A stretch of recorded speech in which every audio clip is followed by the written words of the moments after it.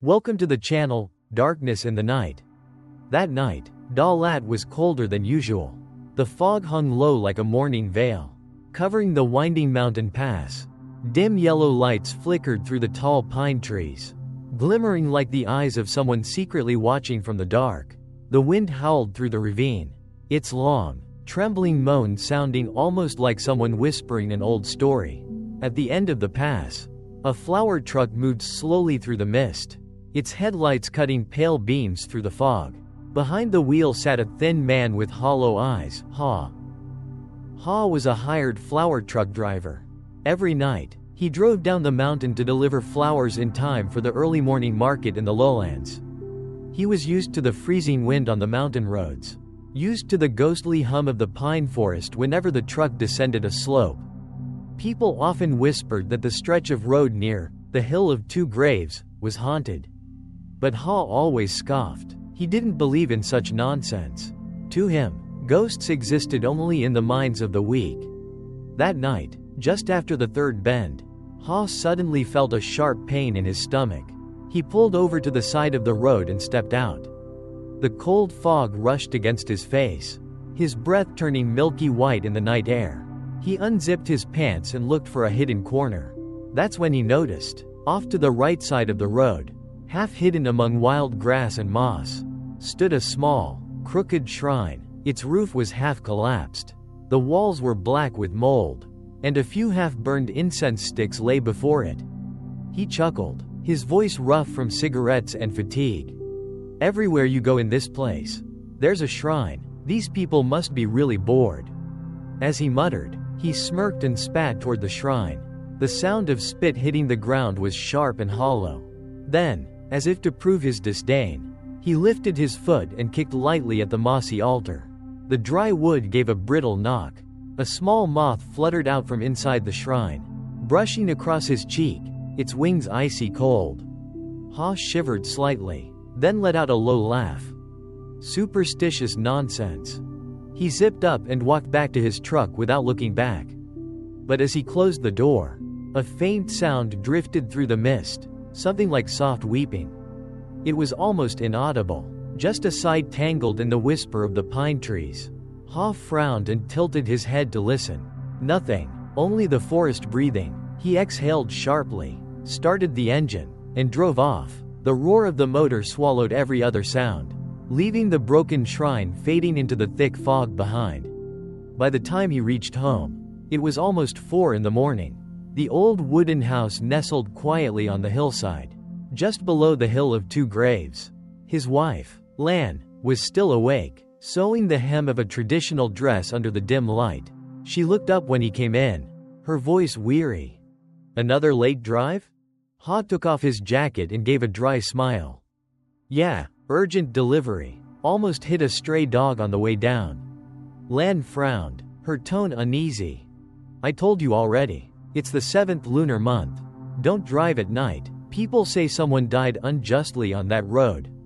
Ha waved dismissively, pouring himself some water. "Just old wives' tales. If there were ghosts, would I still be standing here?" He drank in one gulp, the cold water stinging his throat. He was about to say something more when the sound of creaking came from upstairs. Their 5-year-old daughter, Mit, had just woken up. Her hair was messy, her eyes half open. She stared toward the window and said, her voice trembling with drowsy fear, "Mom, there's a lady standing out there." Lan froze and turned. Outside the misty window, there was nothing, only darkness and a few drops of rain sliding down the glass.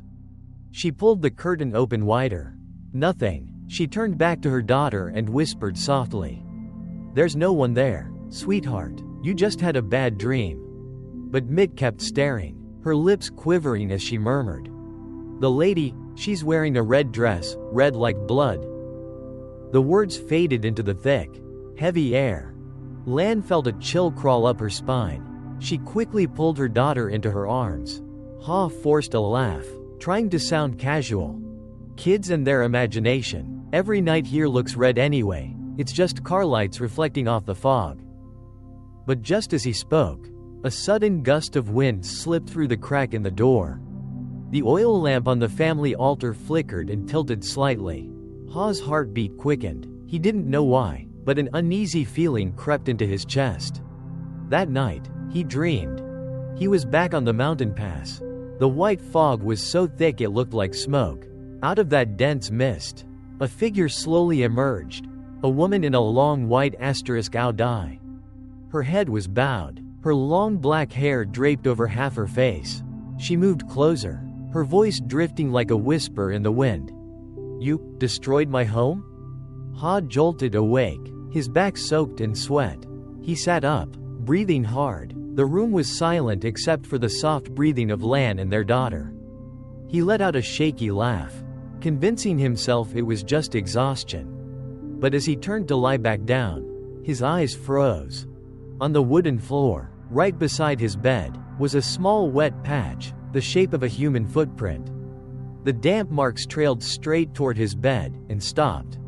The next morning, Lan let out a startled cry from the kitchen. Inside the fridge, the vegetables, meat, and milk had all spoiled, giving off a foul, fishy stench. The orange juice in the pitcher had turned cloudy and bitter to the taste. Ha, irritated, slammed the fridge door and cursed. "This stupid fridge again? I just had it fixed last week." Lan said nothing. Her eyes, however, shifted toward the family altar. The framed photo of Ha's grandfather, the one that had hung there for over 10 years, was now faded. The man's face had almost disappeared into the background. The incense bowl beneath it was cracked in half. Ashes scattered across the altar table. Ha's expression darkened. "Who broke this?" he demanded. Lan's voice trembled. I don't know. It was already like that when I woke up." The air in the house thickened with silence. In the corner, little Mitt sat clutching her doll, her wide eyes fixed on her parents. She spoke softly, barely above a whisper. The lady in the white dress said, "Don't yell at mommy." Ha went still. For the first time, he couldn't force a laugh. He turned toward the window. Outside, the mist rolled slowly down from the hillside. And within that mist, there seemed to be a faint silhouette, a woman standing still. Her hair swaying in the wind, her dress white as the fog itself. From outside, the flower truck suddenly honked, a sharp, single beep. The keys were still in his pocket. Ha's body tensed. He swallowed hard, gripping the doorknob with trembling fingers. That night, he didn't yet know.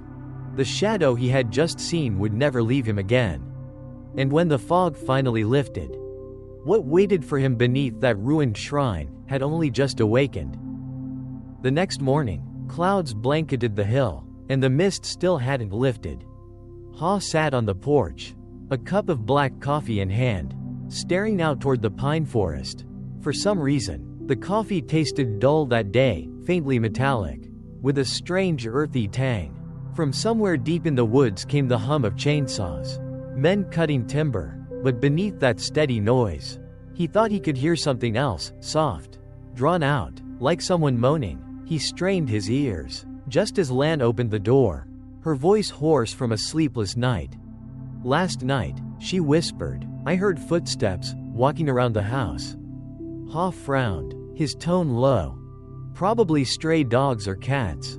It's cold, they're looking for shelter." Lan bit her lip, her voice dropped even lower. They weren't animal steps. They were light but steady, like someone walking barefoot. Then I heard it, 3 knocks on the door. Her hands trembled as she spoke. Ha sighed, stood up, and went inside. The old wooden door creaked as it closed behind him. He looked around. Everything seemed normal, except for a faint damp mark on the floor.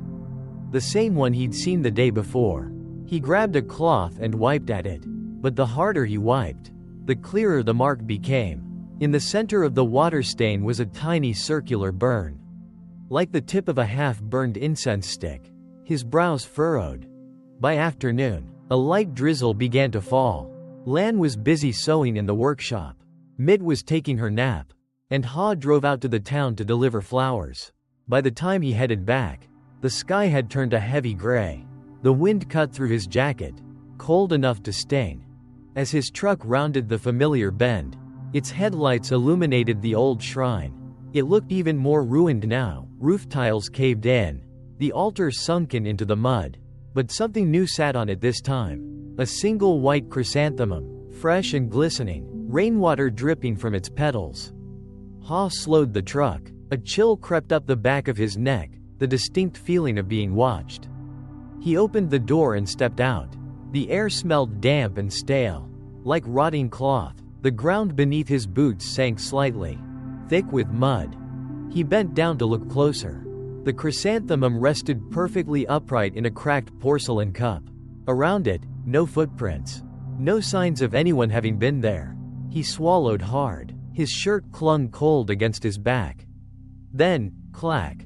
A faint sound behind him. Ha spun around. No one, only pine branches trembling in the wind.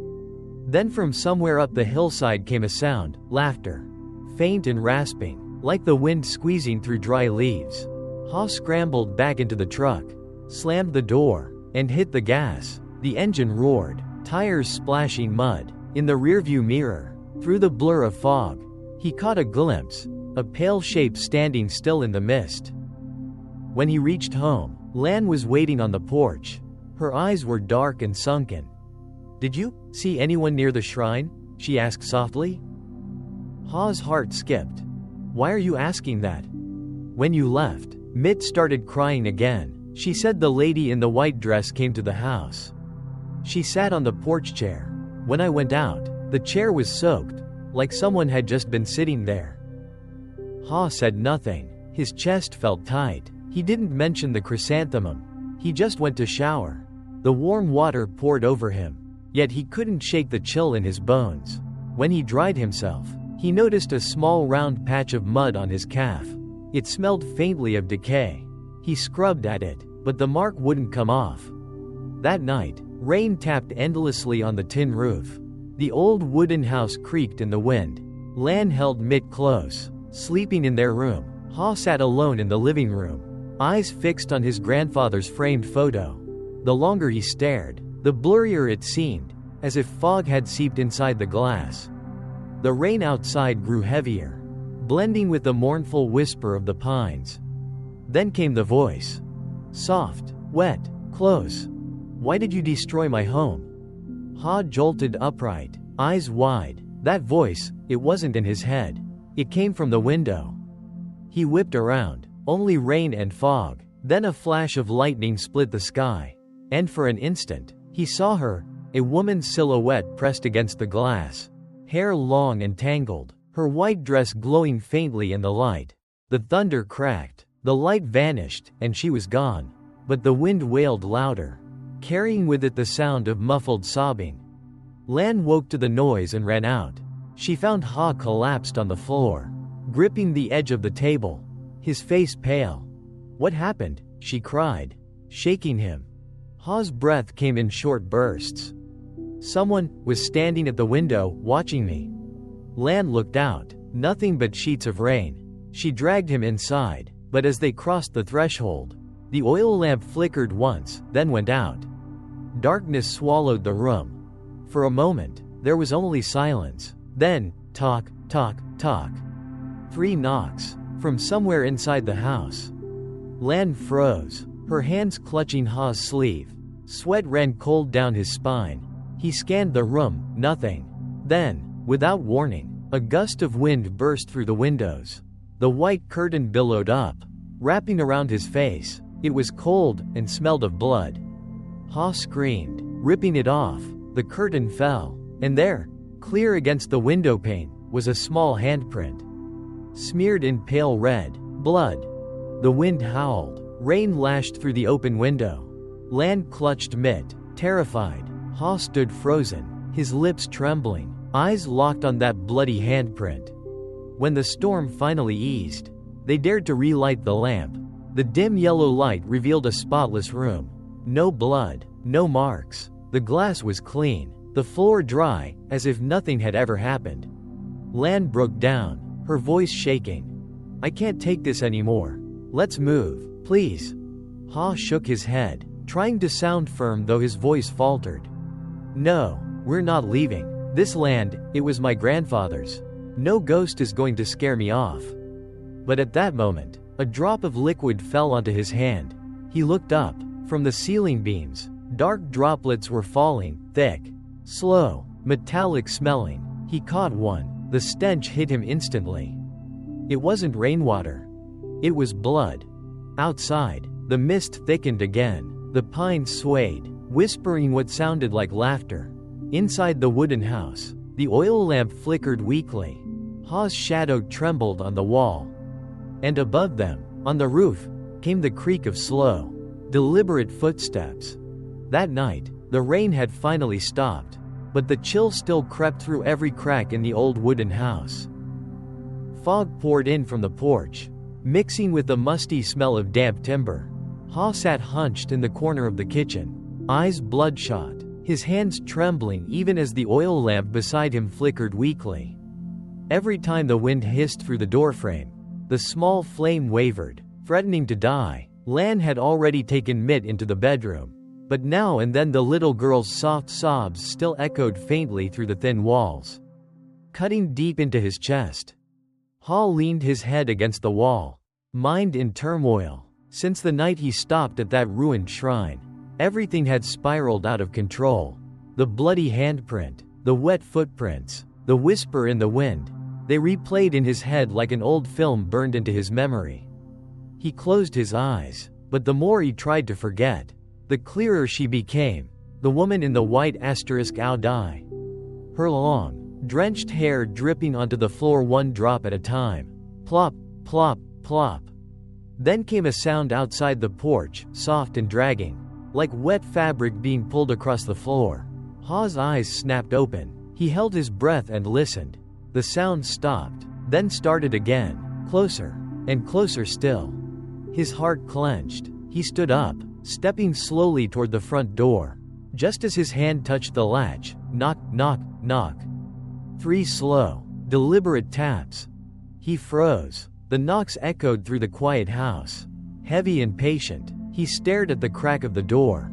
Fog pressing in thick outside. Taking a deep breath, he slid the latch open. The door creaked ajar. A rush of cold air swept in, numbing his skin. No one was there. Only a small puddle glimmered on the wooden floor. In the center of it lay a white chrysanthemum, identical to the one he'd seen at the shrine that afternoon. Tiny specks of blood clung to its petals. Ha stumbled back, chest heaving. That's when he heard it, a whisper. Soft and raspy, brushing against his ear. "Give it back to me." He spun around. No one, but the cold clung to the back of his neck. Suddenly, a fierce gust blew through the house. The door slammed open. The oil lamp went out. Darkness swallowed everything. Then came footsteps, slow, even, circling the house, followed by a child's scream. Ha rushed toward the bedroom. He burst in to see Lan sitting on the bed, clutching Mitt tightly, both trembling. A flash of lightning illuminated the wall, and for an instant, a tall, thin shadow stood there. Long hair covered its face. Lan screamed and buried her face into Mitt's shoulder. Ha snatched a flashlight and pointed it toward the wall. The light shook in his hands. Nothing there, only the floor, slick with water. In the middle of the wet floor was a clear footprint. A woman's footprint. Bare, small, caked with mud and pine dust, carrying a faint metallic scent. Ha crouched down. His breath trembled. Then, the window burst open. The curtains whipped violently in the wind, and outside the frame stood a figure. Her white dress fluttering wildly. Her eyes glowing red like embers. Ha yelled and grabbed a small Buddha statue from the table, hurling it at the window. The glass shattered. The statue hit the floor and broke in two. The figure vanished. Rain crashed down again, pounding the roof. Lan collapsed onto the floor, sobbing as she held her child. Ha stood still, gasping for breath, his chest tight as if a boulder lay on top of him. Around them, the room was in chaos, furniture overturned, things scattered.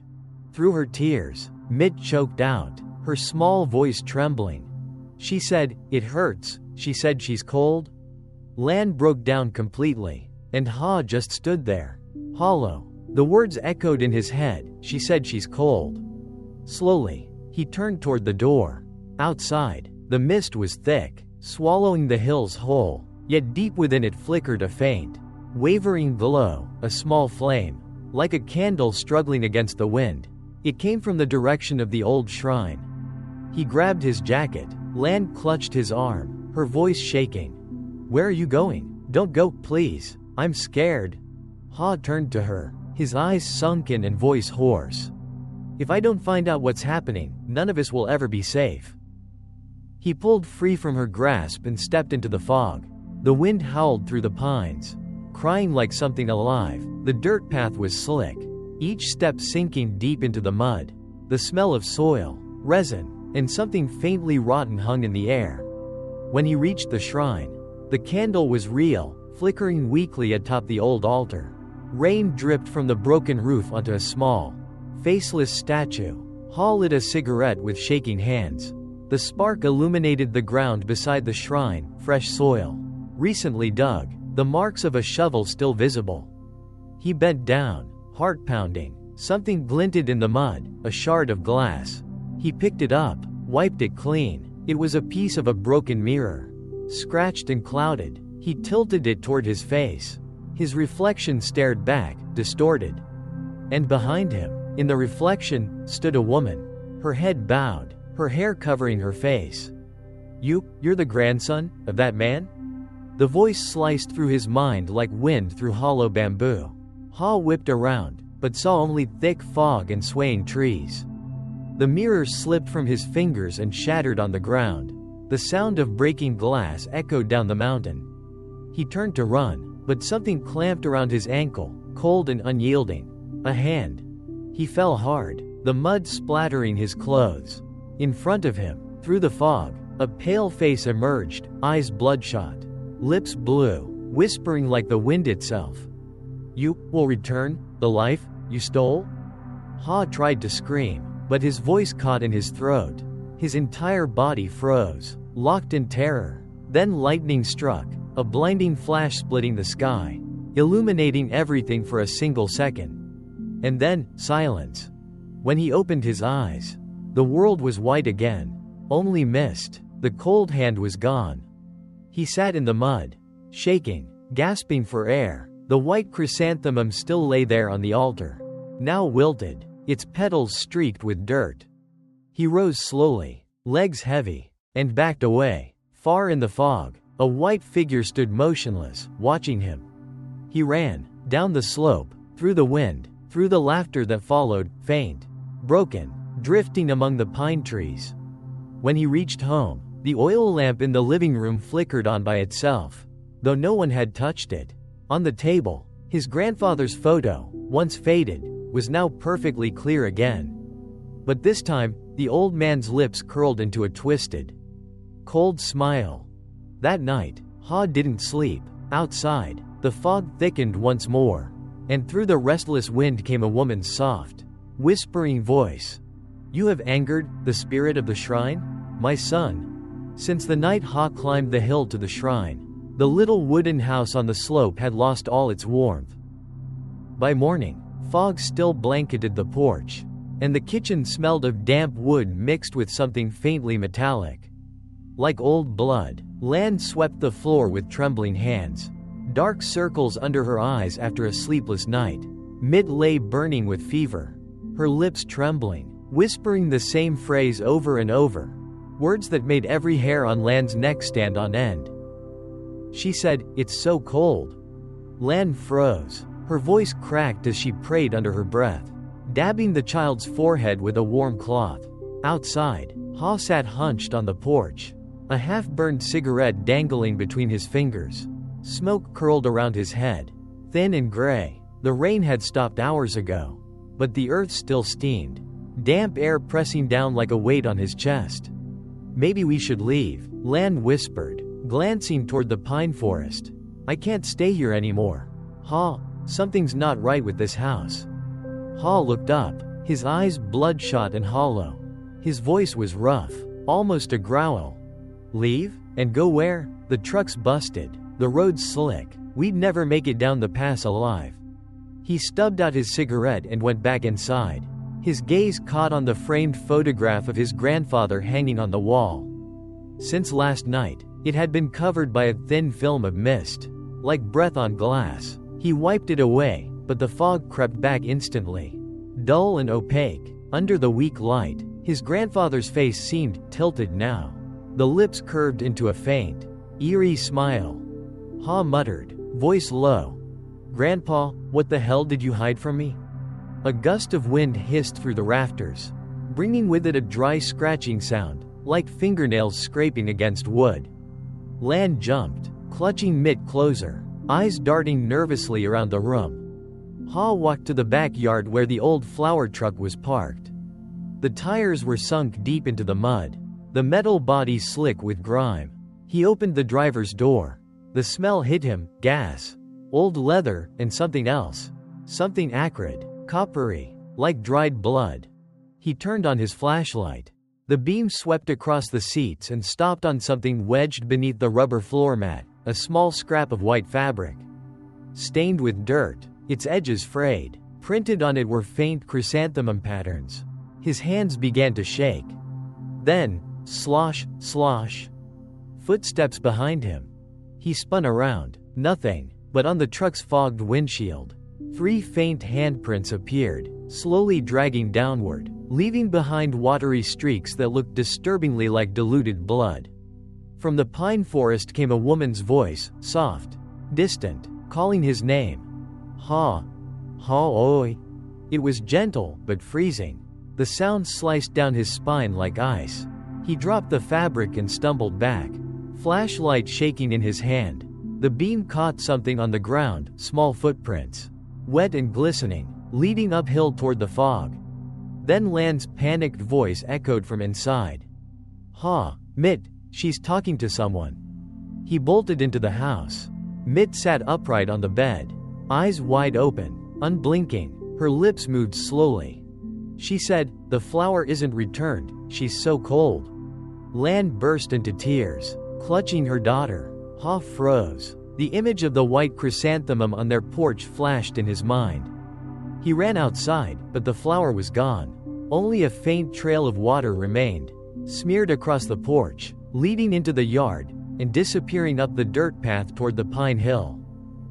He stood still for a long moment, staring at the mist rolling over the slope. Through the haze, he could barely see Lan bending over their child inside, her shadow flickering faintly in the orange light of the hearth. Everything was quiet, almost too quiet. Then, from somewhere deep in the forest, came the dry screech of a barn owl, one sharp, splitting cry that tore through the heavy air. Hall lifted his gaze toward the trail climbing up the hill. His eyes were sunken, his face pale. At his feet, the scrap of chrysanthemum-patterned cloth stirred gently in the wind, like something alive, like it was calling him back. Dusk was falling, and through the thickening fog far beyond, a tiny flame flickered once more at the shrine, dim, trembling, like an eye watching. No one knew that night, another person would follow the same path up the hill, chasing the ghost of Ha. Ha shone his flashlight, the beam sweeping across the driver's seat before stopping on something small wedged deep in the crevice. He reached in and pulled out an old, yellowed photograph. It showed a young woman in a white asterisk ow dye, standing beside a flower truck with the pine forest behind her. In the corner, written in shaky, faded ink, were the words, Knock Lin 2007. Ha's hands went cold. A sudden gust of wind whipped through the air. The photo slipped from his fingers, fluttered, and stuck against the windshield. Under the weak light, the girl's face seemed to stare straight at him, her lips slightly parted, red as if freshly stained with blood. A asterisk crack sounded from behind. Ha turned sharply. The tarp covering the flower crates in the truck bed was shifting, rising and falling slowly, as if something were breathing underneath. He crept closer, heart hammering, and pulled the tarp back. Only wilted chrysanthemums lay there, their white petals shriveled and damp, yet streaked with faint red stains. He touched one, icy cold and sticky. The air filled with the heavy, metallic stench of rust and rot. Who's there? He rasped. voice trembling. His flashlight shook, cutting across the mist. "Who's here?" No answer. Only the steady drumming of rain on the truck roof. Then the light flickered once, twice, and died. Darkness swallowed him. In that suffocating blackness, he heard it, slow, deliberate footsteps circling the truck. Squish, squish, asterisk, like someone wading barefoot through shallow water. The steps stopped right beside his door. Ha held his breath, his pulse roared in his ears. Then a whisper, thin, frigid, and close enough to touch his ear. "Give it back to me." Ha's body jerked. He shoved the door open and stumbled out into the rain. His foot hit something soft. He looked down. A scattered bundle of white chrysanthemums lay on the ground, petals smeared with blood, and beneath them, a woman's hand. Pale, limp, the fingers still half curled. He screamed and staggered backward. When he looked again, the hand was gone. Only a puddle remained, rippling under the flash of lightning. He ran, through the mud, through the rain, until he reached home. He slammed on the door. Lan opened it, her face drained of color. "Where have you been? I heard voices outside. I thought it was a thief." Ha collapsed onto the chair, soaked and panting. His words came out broken. "Lan, I think the woman at the shrine. She's the one who died back then. Her name was Ngoc Lin." Lan froze, clutching the sleepy child in her arms. "What are you talking about? How do you know?" He held up the crumpled photo. Under the flickering oil lamp, the woman's face came into view, eyes dark and hollow, white dress streaked with dirt. Lan's breath hitched, her face turned ghostly pale. "Oh my God, that's her. That's the woman from my dream last night. She was calling your name." Ha's expression twisted in fear and confusion. He rose, walking toward the family altar. The photo of his grandfather loomed there, the incense bowl cold and gray. He lit 3 sticks of incense with trembling fingers. "Grandpa," he whispered, voice shaking, "what did you do to her?" The incense smoke curled upward, twisting around his face. The smell turned acrid, choking. His eyes burned. He coughed and blinked, and froze. The smoke was forming a shape. The faint outline of a woman in a white dress, standing just behind his grandfather's shadow in the photo frame. Lan screamed, clutching Mitt and running to the corner of the room. Ha stumbled back, dizzy, as a child's laughter echoed through the silent house, high-pitched and hollow, like something between a giggle and a cry. Then came Mitt's sleepy murmur from her mother's arms, voice soft and strange. "She says she can't go home yet, she still owes Grandpa something." The oil lamp flickered wildly, then went out. Darkness again. Ha could hear nothing but rain hammering the roof, and a faint, steady breath behind him. In that thick, suffocating dark, he felt them, a pair of eyes staring at him from the shadows. Unblinking. Outside, the wind howled through the pine forest, rising and falling like a chorus of distant, grieving voices. And somewhere up in the mountains, amid the mist and rain, a truck engine roared to life, its cry echoing through the valley like the sorrow of a restless soul. That night, someone else drove past the old shrine. And they did not know, beneath the heavy fog, something was waiting for them. The next morning, the fog was so thick it swallowed the world. The pine trees outside stood dark and wet, dripping cold beads of water that slid down their trunks like sweat. Ha sat on the porch steps, his eyes sunken, hands trembling as he held a cup of cold coffee. Lan said nothing. She only glanced occasionally toward the closed door, where the photo of his grandfather still hung crooked on the wall. The house was wrapped in a strange silence, dense, heavy, the kind that made you feel someone else was standing there, unseen, listening. By noon, little Mitt stirred awake. Her eyes were glassy, unfocused. She pointed a small finger toward the porch and murmured sleepily. Ngoc Lin said, "She's coming home this evening." The cup in Lan's hand slipped and shattered against the floor. Ha's head snapped up, staring at his daughter as if she'd spoken in another language. Mitt blinked slowly, then continued, calm and matter of fact. She said, Don't go anywhere, or we'll get lost again." Ha rushed outside, scanning the yard. The pine forest stood utterly still, no birds, no wind, only the soft drip of water from the eaves. He climbed into the flower truck and turned the key, desperate to leave.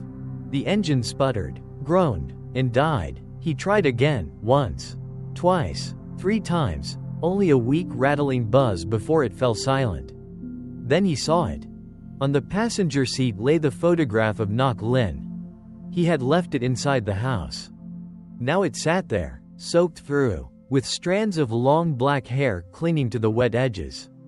A thunderclap exploded overhead. The wind rose violently, slamming the truck door open with a metallic crash. In that split second, Ha saw a reflection on the window, behind him. A slender figure with loose black hair, her white dress blending into the fog. He spun around. Nothing, only the cold. Evening fell too fast. The fog thickened until the hill vanished from sight. Inside, Lan tried to cook, her hands shaking so badly the spoon clattered against the pot. The fire sputtered as if something invisible was breathing on it. Ha sat in silence, staring out the window. Then, laughter. A girl's laugh, soft, but uneven, breaking in the middle like someone choking on tears. He grabbed his flashlight and ran out the back door. The beam swept over the row of chrysanthemums. Among the pale flowers fluttered a piece of white cloth caught on a branch, soaked through. He approached slowly. His stomach tightened as he recognized it. The same fabric he'd found the night before. But now, stitched along the edge in crooked red thread were the words. Asterisk, Hill of 2 Graves, Full Moon Night. A chill raced down his spine. He stuffed the cloth into his pocket and turned, and there was Lan. Standing behind him, her face drained of blood. Ha, look, at your feet? He looked down. Beneath the wet grass were small, bare footprints, perfectly clear, pressed deep into the soil, leading toward the path up the hill. The last print stopped at the gate, disappearing into the fog. Lan clutched his arm, voice trembling. Please, don't go. I'm begging you. Ha's eyes darkened. He held her hand tight. If I don't go, she'll never let us go. Night fell completely. The fog swallowed the world, even the glow of the oil lamp dimming like a dying ember. From the bedroom came Mit's cry, soft, rhythmic, like someone crying from a dream. Ha hurried inside, lifting her into his arms. But the child didn't blink. Her voice came out small and hollow. Daddy, she's calling me to come play. Lan dropped to her knees, hugging her child tightly, whispering through trembling lips. Ngoc Linh, please, don't take my daughter. Please. Then, silence. The wind stopped. The whole house froze. And then came the knocks. Tock, tock, tock. 3 slow, deliberate taps on the front door. Ha and Lan locked eyes. Neither moved. The knocks came again, louder this time. Sharp, dragging, as if nails were scraping against the wood. Ha inhaled deeply, stepped forward, and opened the door. A blast of cold air swept in. No one was there. Only a bouquet of white chrysanthemums sat on the porch, drenched in mist. In the center of the bouquet was a small rusted metal tag, engraved with the words, Nguyen Van Tu 2007, asterisk. Ha froze. It was his grandfather's name. The fog rolled in thicker, curling around his feet. He could barely see an arm's length ahead. And then, footsteps, slow, wet, approaching. They stopped right in front of him. A whisper broke the silence, cold enough to sting his ears. Pay your grandfather's debt, Ha. The chill flooded through him. And behind it, the oil lamp inside went out. Darkness. And in that darkness, the girl's eyes opened, red and unblinking, floating in the air before him. That night, the fog over the hill did not lift for 3 days. And from beneath the ruined shrine, the sound of a woman crying echoed faintly, soft, endless, blending with the wind through the pines, as though the forest itself was mourning. My dear friend, tonight's story marks only the end of part 1, but what awaits ahead is far more terrifying. Ngoc Linh, The girl in the white dress. Will she truly return? Or is she merely a restless spirit still clinging to the bitterness of a forgotten past? And Ha, the man who unknowingly disturbed the secret buried within the ruined shrine. What will he face when darkness descends once more? All will be revealed in Part 2 of The Curse of the Abandoned Shrine on the Hill of Two Graves only on Darkness in the Night. If this story made your heart skip a beat, don't forget to like, subscribe, and turn on the notification bell so you won't miss the shadows waiting for you in the nights to come. See you again, in the chill of the next wind. The content in this video is a work of supernatural fiction, created purely for entertainment and to deliver a chilling experience to the audience. We do not promote superstition, nor do we encourage any dangerous actions mentioned in the story. Any resemblance to real people, places, or events is purely coincidental. Some visuals are dramatized for storytelling purposes and to reflect current themes within the narrative. Thank you sincerely for accompanying us on Darkness in the Night.